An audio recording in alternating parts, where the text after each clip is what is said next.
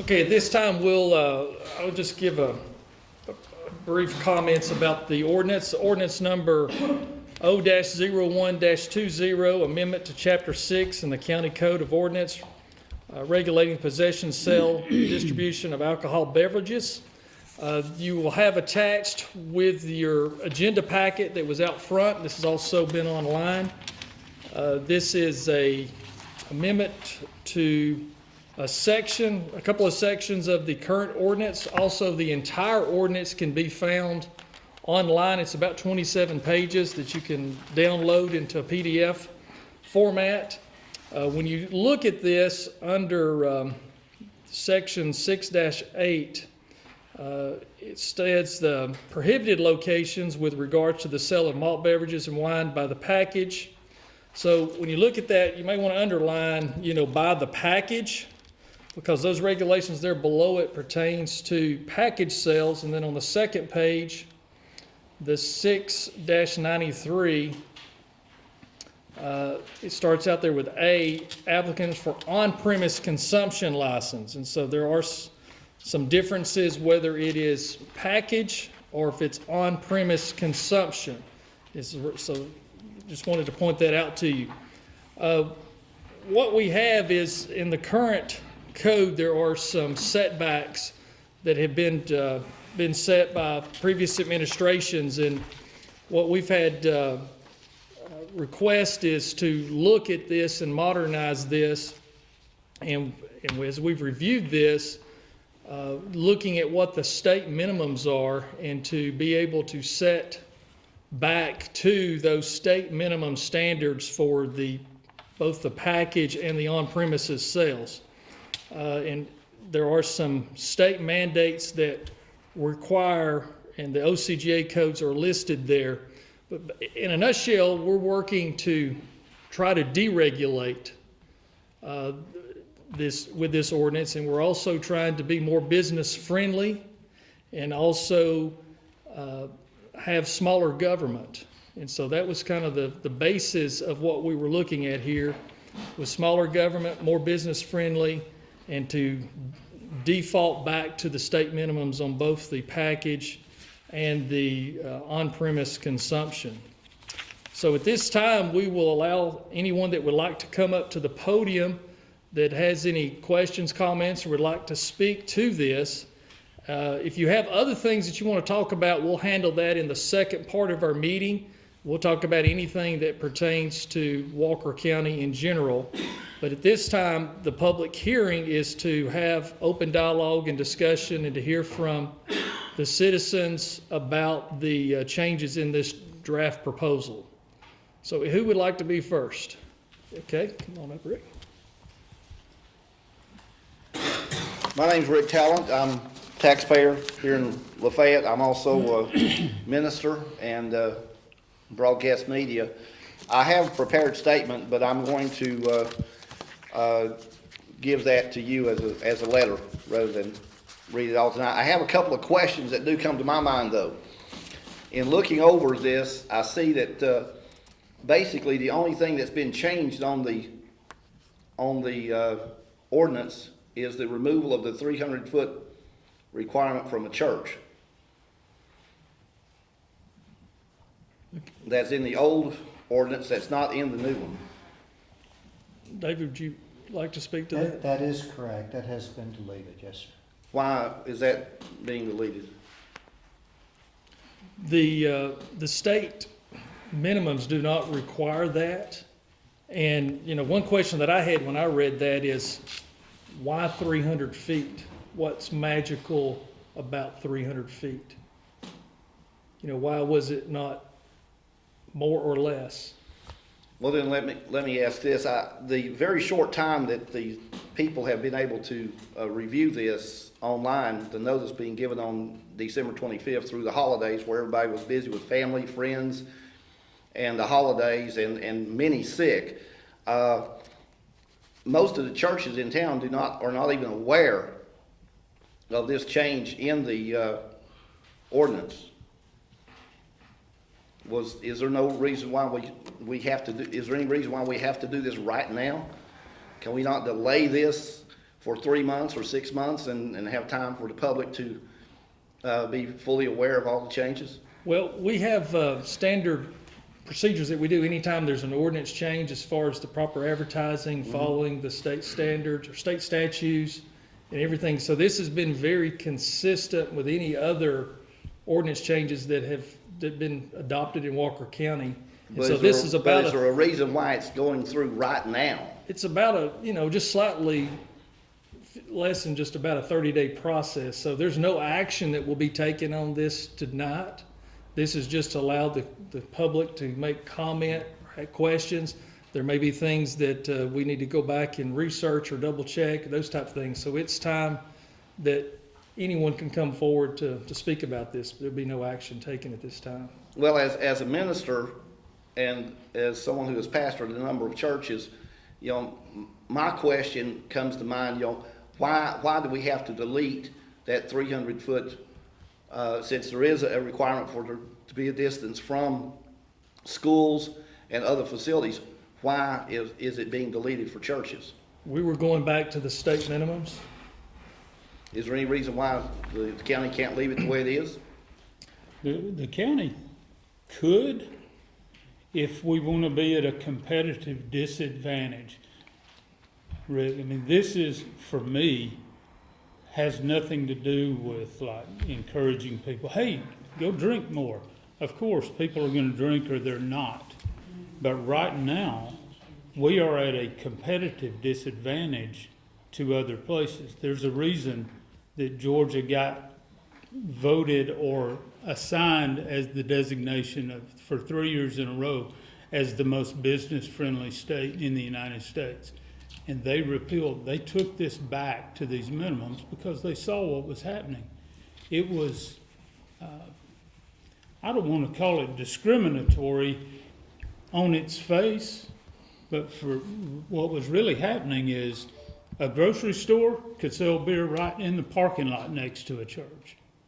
But a mom and pop operation that's trying to make a living is at a competitive disadvantage when the community is making these arbitrary 300 or 400 or 500 or 50 or 125. The one I'm specifically concerned about is the distance from a church Right. or a treatment center or a drug or alcohol treatment center.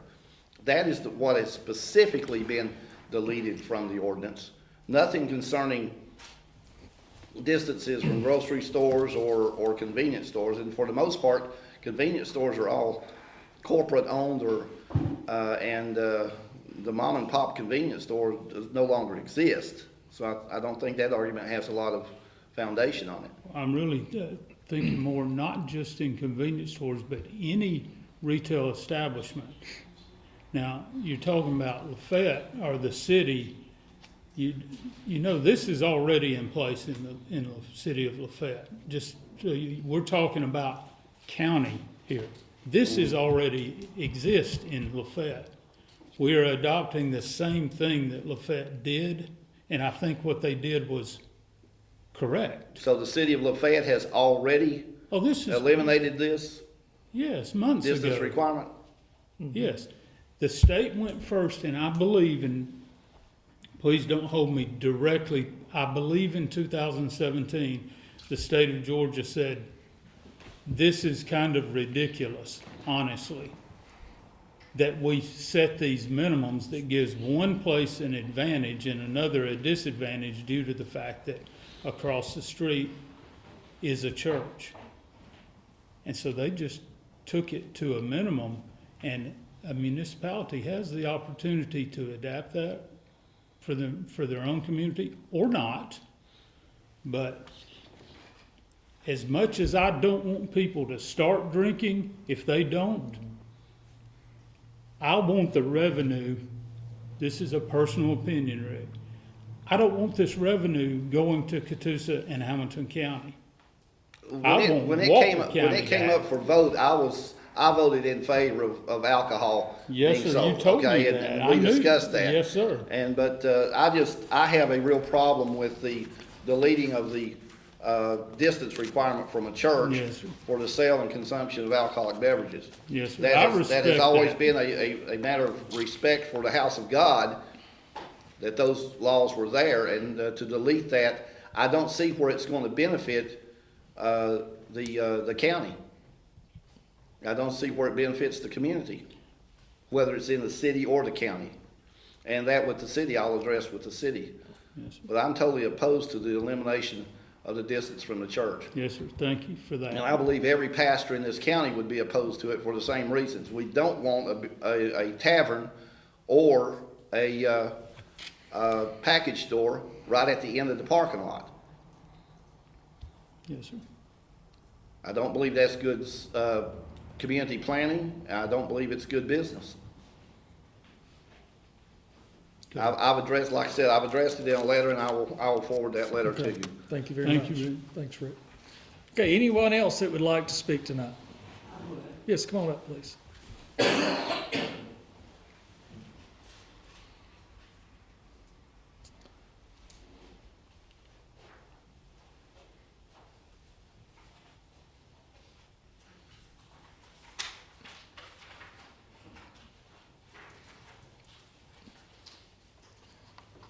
Please state your name for our My records. name please. is Linda Davis, and I live in Walker County and pay more taxes than I want to, but I am a taxpayer.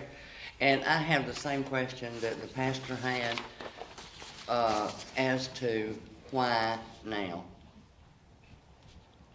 And did you say, or did that gentleman report that the city of Lafayette is already released under the 300-foot law? Yeah, their city council took action on that back last year. The city council? Yes, ma'am. But now you're trying to do it for the whole county? That's correct. Yes, ma'am. The Okay, and- unincorporated part of the county. It doesn't affect the cities at all in the county.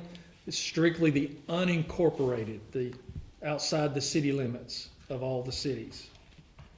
So this is not for Lafayette City, No, ma'am. Chickamauga City, No, just Walker County that is not incorporated? that's correct, yes. Because each city sets their own codes and ordinance through their city council, through their city government. So each city adopts their own regulations. Why does the city of Chickamauga have to come to Lafayette to get permission? They don't. 20 yards from the city limits. Pardon me? 20 yards from the city limits. 20 yards, you're 20 yards outside of the city limits? And so you had to come to Lafayette? And you're how far from the church? 2.5 feet short from being 300 feet away from this church. Seems like we have a little bit of a controversy here, don't we? No, the governing body of the county has to be in the county seat, so Walker County government has to be located in Lafayette. He just happens to be a few feet or yards outside of the city limits. So as an example, someone from Lookout Mountain that's outside the city has to come to Lafayette if they have a county business issue. So if he was incorporated into the city, he would be going to the city council if there was an ordinance change or The something. church is in the city. He's 20 feet out. Well, the business, Ms. Davis, what he's saying is, the business, and in this case, 5 Points Farmhouse, is in the county. So their ability to be competitive or to sell what they want to sell depends upon getting whatever the county ordinance is. If he was in the city of Chickamauga, what Walker County does doesn't make any difference. Chickamauga, Lafayette, Lookout Mountain, and Rossville can do as they see fit. So the only thing we're considering here is everything that is outside of the city limits, but within Walker County. That's why the farmhouse, it's, 60, 70 feet outside of the I city really didn't limits. come to discuss the farmhouse, although I saw him here. Yes, ma'am. I really kind of wanted to reiterate the questions that the pastor asked, because I do think out of respect of the house of God that we ought to be whatever we want to be. Yes, ma'am. You know, and I think that the left as a whole is taking enough of our religious freedoms from us and trying to attack the house of God and the service that we are to the people and trying to reach them for Jesus, that we certainly as Republicans don't need help. You know what I mean? And that was what I came to say, but I happen to see 5 Points sitting Yes, here. ma'am. And I think that they were treated very unfairly, and I'd just like to offer my opinion of that. When they're in the county and the church, really 2.5 feet? I mean, I think somebody might have misjudged them. And in this case- and that's my opinion. Ms. Davis, this corrects that problem. Actually, the 5 Points call to me is what got this started. This is where, wait a minute. And I do But agree with I think something it's else unfair too. I do want to offer my opinion on something else that the pastor said, that I do think that this should have been publicized longer than through the Christmas holidays, and a lot longer, and a thorough explanation given to the county citizens and let them vote on what they There want. are two more, just so everyone knows. There's a second public hearing, there's 2 weeks. It won't be until January 23rd until this is Until we passed or vote, not. Well, it's not a referendum per se. well, but until it's There's decided. public input for 2 more weeks. Right. So I just wanted to clarify that for anyone that's interested in this. I mean, tonight isn't the night. This is the first of 2 public hearings, which is a matter of So you practice. will have some publicity for the citizens further. Sure. I mean, well, it's there and it's going, I think there's another notice in the messenger. Should be another notice in next week. So, there's more time for people to Okay. talk about this. You have answered my question, thank you. Thank you, Ms. Davis. I appreciate Thank you you letting so me have much. time. Sure, Yes, absolutely. ma'am. Thank you. Commissioner, Hold on, so we need to keep this in order. Is there anyone else that would like to come up and speak? Anyone at all like to come and speak on this topic? Okay, Rick, if you want to come back, please, sir, so. Oh, I'm sorry, I didn't see you get up. I'll get you in just a second. Come on up. I just have one question, and that is, could not, in a situation like this, could that restaurant not be given a variance from that ordinance? Well, may I answer that? Yeah, go for I it. mean, I guess technically we could do that, but we find that to be, on its face, extremely, it's an unfair practice. I mean, everyone should have the opportunity or no one. Well, you're talking about 10% of that distance I requirement. know, That's- we that's don't just not- have, the truth is, Rick, we don't have a lot of restaurants right now in which this affects. But we darn sure hope to have a lot as the retail tax revenue kicks in. And please, friends, understand, when I'm talking about retail tax revenue, I'm not comparing that to church. But we have services that all of us need and desire. And the only way that we get these services provided for those within our community, particularly that need extra help, is through revenue. And the only way we can get revenue is through property taxes or retail taxes. And I don't know about you, but I don't want any more property taxes. We've got enough property taxes.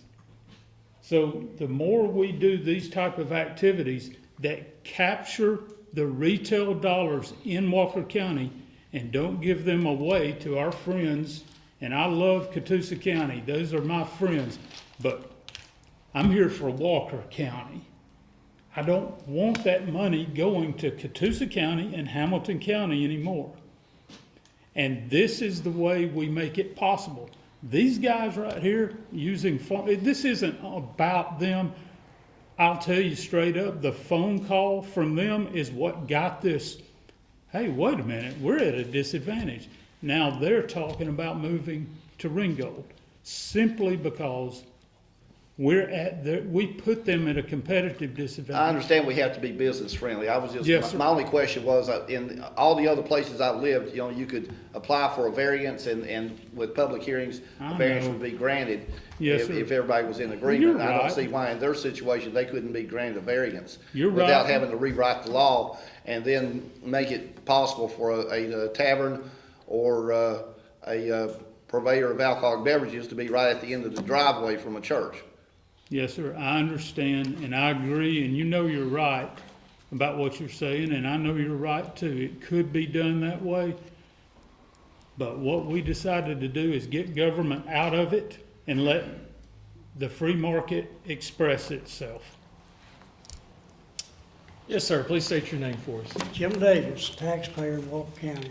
Haven't paid much attention to Walker County government 2 or 3 years. But Shannon, I don't think you're dumb enough to try this the next 2 or 3 weeks. You better rent to Tiffany. Because you let these preachers out of here and all these church people, you'll have to have a bigger building Walker County's got. Because it's election time, I don't think that's gonna go over very good. Seems like this fella wants it worse than you do.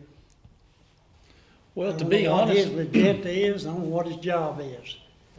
But well, to be completely transparent and candid, I don't partake in alcohol at all. Never have a desire to. well, I would try not to get it started any more than it is. And if it was up to me, I would remove it from the county completely, to be very candid with you. Well, I think that'll be easier doing what you're trying to do. By Why don't state you law, put we it on can't the do ballot, that. let everybody in the country vote on it, everybody in Walker County vote on it, see where it stands. You know, we did put it on the ballot on the Sunday sales, and I think the vote was right around 80% that it passed. Well, they wanted a For tax. Sunday sales. And so It was 84. 84%, I'm being told. So, you know, to me, I would just say eliminate it 100% and have zero, be a complete Well, I'm dry gonna tell county. you, what little bit of money you bring in from a bar or selling beer next to a church won't help you none whatsoever. It'd be like these bicycle riders in Walker County, don't bring nothing to Walker County, but they're doing it. It's nothing but aggravation.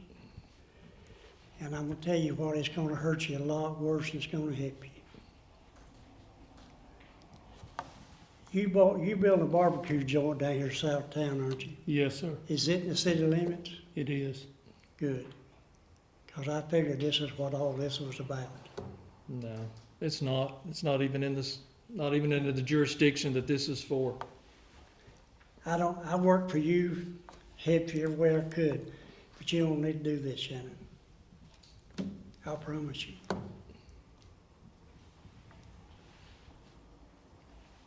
That's all I gotta say. Okay. Thank you for your Thank you. At comments. least you'll know I told you. Thank you, Thank you, Mr. sir. Davis. Anyone else like to speak on this? Yes, sir. Come on up. State your name, please. I'm Nick Thiers from 5 Points Farmhouse. I'm all for this. Some of you may not be, but as a business owner, it's hard, especially as a restaurant, to make any kind of money.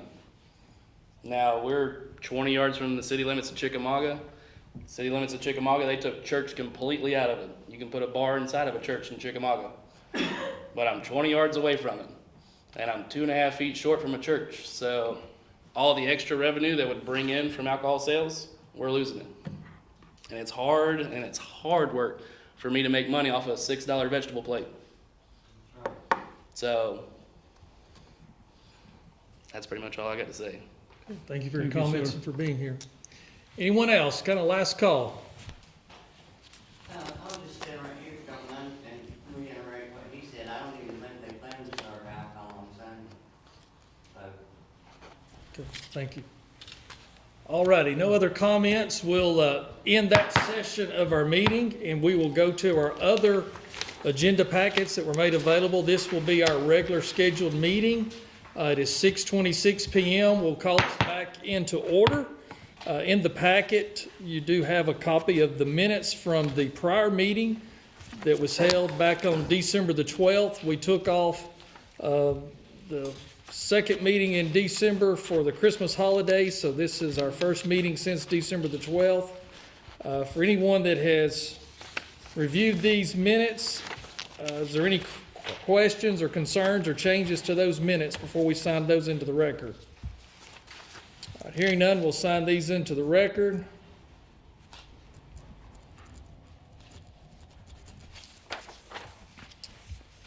Okay. The second item that we have is a resolution R2-20 to authorize the filing of an application to the Georgia Department of Transportation and the United States Department of Transportation for a grant for the public transportation assistance under Title 49, Section 5311.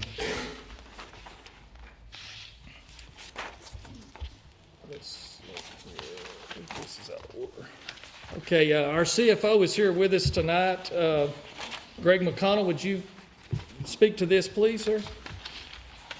Okay, the qualifying fees. Oh, okay, I'm sorry, I did mess this up. We'll go back to that. Let's go ahead and handle this one. I just marked it wrong on my sheet. Okay. We've had that grant now for 20+ years or longer. And since the 50% matching grant with the federal government, to operate our transit system, which is 9 buses currently. In addition to that, they also provide buses as needed, in which they provide 80% of the funding for the buses. The state provides 10%, and the county provides 10%. So essentially, it's more of an outside funded enterprise than it is an interfund enterprise. So we always apply for it. Fortunately, we've always gotten it, and strongly recommend we continue to apply for it. All right, thank you, Greg. The transit system is very, very important to our citizens of Walker County. It's heavily utilized, and we're also looking at being able to expand the service to offer extended hours for our citizens that rely heavily on our transit. As Greg indicated, they through federal and state grant funding, which is what this is for, just as one example, the cost of the buses themselves only cost Walker County 10%. So basically, we get brand new mini buses for around $4,600 to utilize brand new equipment. So this has been very successful, and we see the value that this brings to our community and the number of people that are dependent on this. Is there any questions or comments or concerns about Walker County continuing our transit program? All right, hearing none, we'll sign this into the record so we can send off this information. And this has to be tested by our clerk. So, this one page here.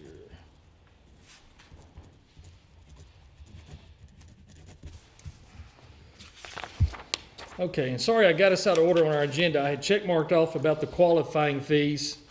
Every time there's an election, the Walker County Governing Authority is responsible for establishing the qualifying fees.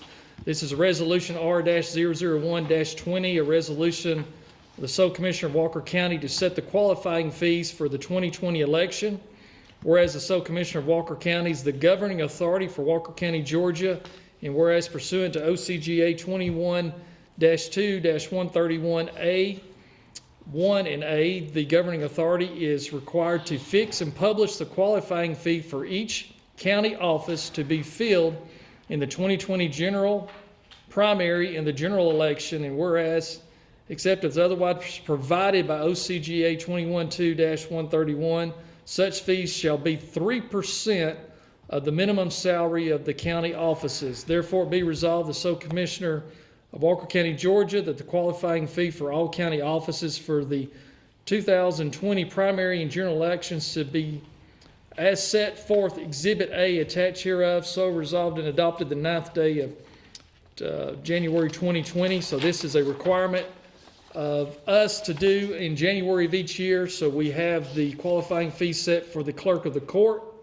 probate judge, sheriff, tax commissioner, the magistrate judge, the newly created 4 district positions for the Board of Commissioners, and also the newly created position of the chairman of the board, the coroner, state court judge, state solicitor, and the surveyor.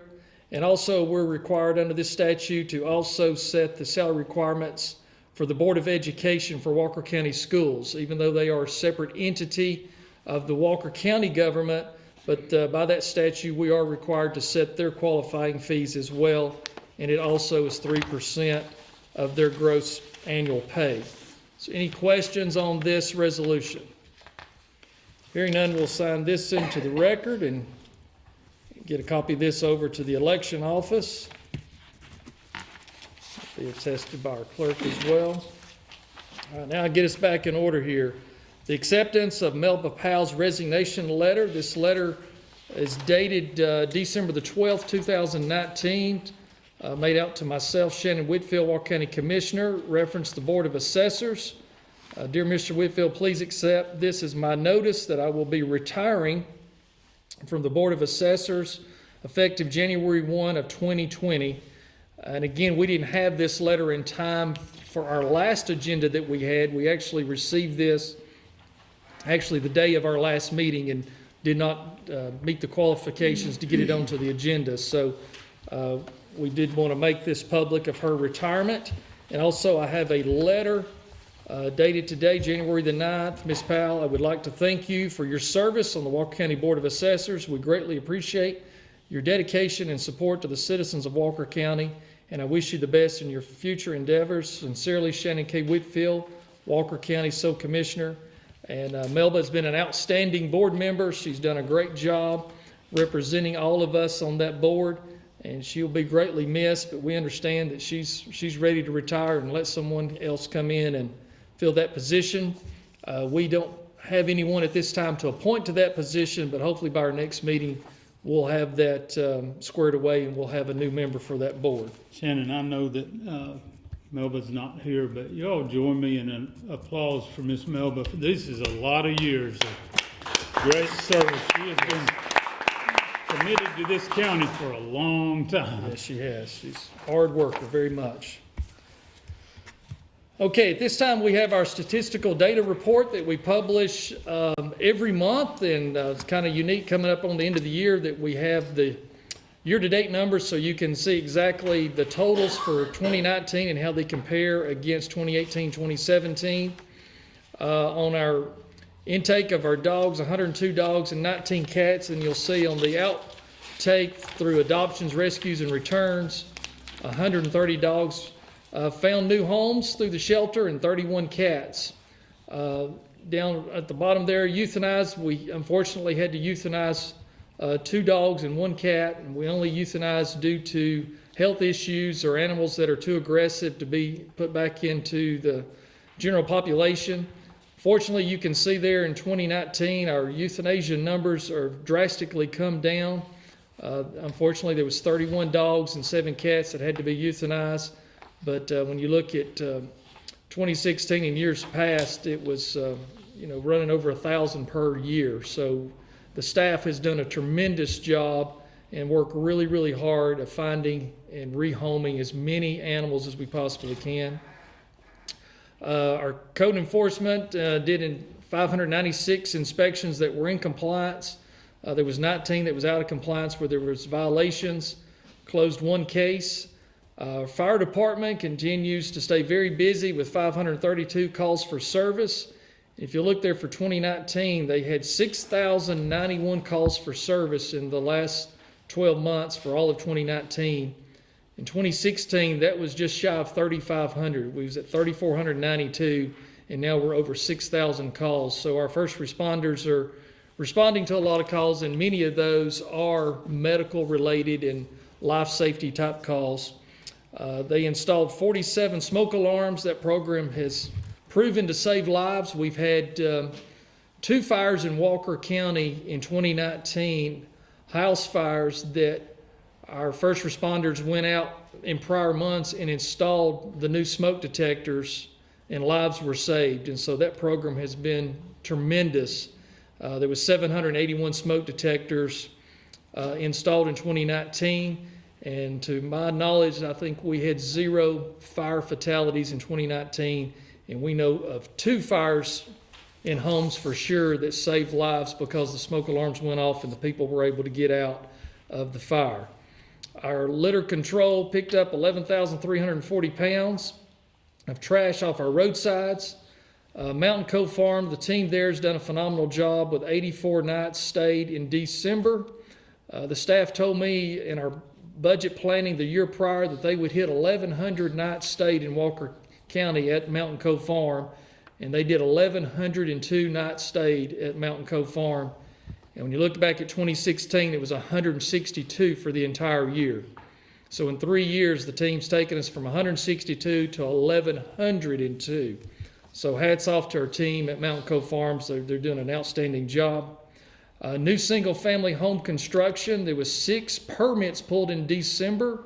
That got us to 128 for the year, and that is in the unincorporated area. That doesn't count or include any permits for the cities. The city's permits are handled through the city. That was pulled for unincorporated in the county. Our media impressions, there was 41 stories that Joe was able to track. We added 98 followers to our Facebook. That is one of the ways that we're able to get a lot of information out, meeting notices, any upcoming changes, these public hearings and all those type of things are always put on our Facebook page and our website. And then there was 36 Facebook posts, over 32,000 visitors to our website, an additional 62 newsletter subscribers. Is another way that we get information out to our citizen is through our free e-newsletter. You can sign up for that right off the website. All we need is your first and last name and email address, and you're automatically enrolled into our monthly newsletter. And then our prior editions of our newsletter are also on our website in a PDF format that you can pull up or download. Patches to potholes, 298. There was 6,148 potholes patched in Walker County in 2019. So we were able to pave I think about 25 miles or so of road, but we still have roads to be paved, and we'll be extending the rest of our paving list for 2020 in the coming days. Speaking of our transit, you can see there was 1,935 trips on transit just in December. Took our numbers to over 26,535 transit trips, which was up for both 2018 and 17 when the data was being tracked. So our transit continues to prove to be very valuable once again to our citizens, and we look forward to expanding that operation to give more opportunity. Okay, that officially ends our regular scheduled business. We'll close that out. As always, we will open up the floor to anyone that would like to come to the podium and take 5 minutes to speak on anything about Walker County that you would like to speak to this team about. We'd be happy for you to come up at this time and speak. So who would like to be first? All right, well, we appreciate y'all coming out tonight, and we'll be back here in 2 weeks on the 23rd. Be safe, and hope everyone Safe driving. stays well. Thank you for being here.